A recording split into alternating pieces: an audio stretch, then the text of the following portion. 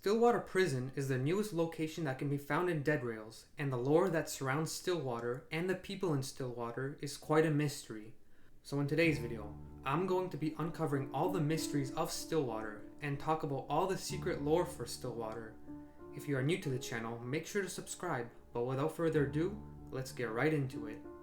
In my opinion, Stillwater Prison is a pretty cool location in Dead Rails, and on top of that, it also has some pretty cool lore that you may have not noticed.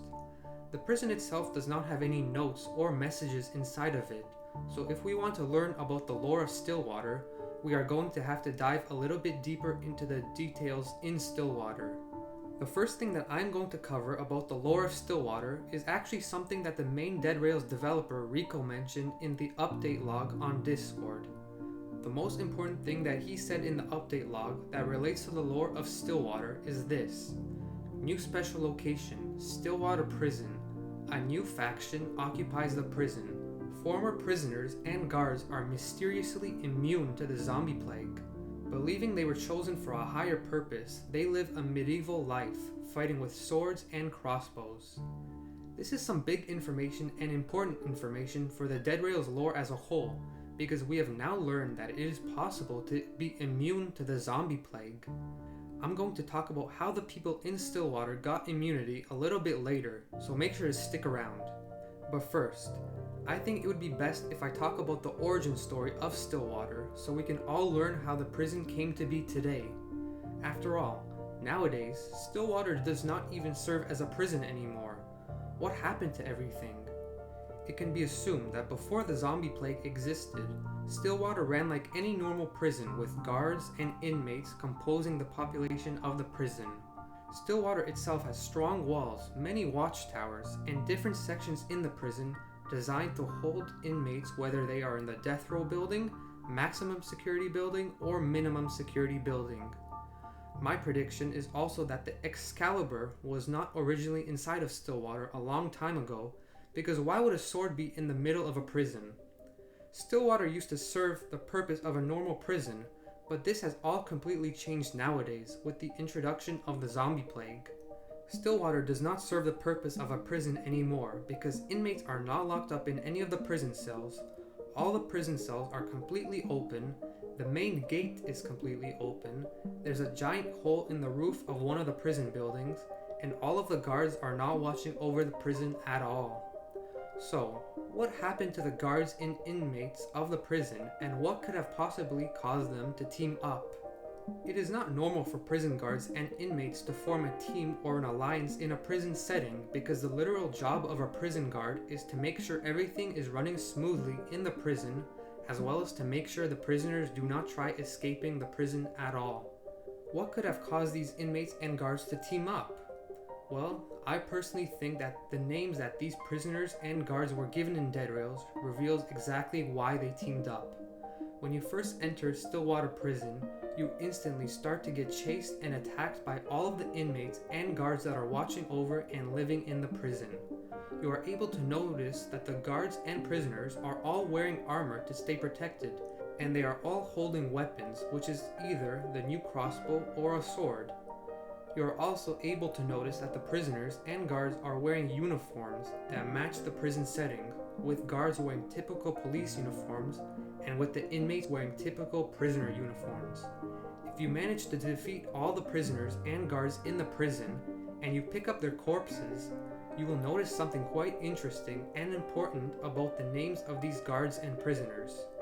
Instead of being called something like a prisoner or a guard, they are specifically called Covenant Knights and Covenant Archers, with the prisoners being called Covenant Knights and the guards called Covenant Archers.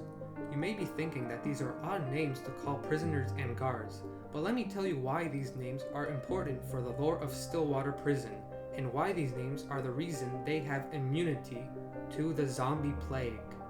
If you didn't know, the word covenant is basically defined as an agreement. But what would the knights and archers that have covenant in their names be agreeing to? Well, this is where the Stillwater Prison lore gets a little more complicated, but I think I have solved the basic idea of the lore for this place. So, the Covenant Knights and Archers received these specific names instead of just being called prisoners and guards because of an agreement they have with someone or something. This agreement can be found in Stillwater Prison, but what specifically are they agreeing to? Based on their armor and weapons, as well as their names, it seems like they are defending or protecting something. There's not much in the prison to defend or protect, except for the newly discovered Excalibur sword. I believe they are agreeing to protect the Excalibur that is stuck in the ground inside of the prison. I believe the knights and archers have agreed to defend the Excalibur, and in return they would get immunity from the zombie virus. This also makes sense why they are called knights and archers, since knights and archers are literal battle warriors that serve the purpose of protecting or defending something. If you look at the Covenant knights and archers, their clothes are all dirty and have holes in them, and they are wearing armor and holding weapons, so it looks like they have already been in some battles before we have even arrived at the prison. It also makes sense why the prison guards and inmates were tasked with protecting the Excalibur, because a prison is already pretty fortified, and since Captain Prescott and his soldiers were already infected with the zombie plague really early, they wouldn't be able to protect the Excalibur at their military base because they are already infected.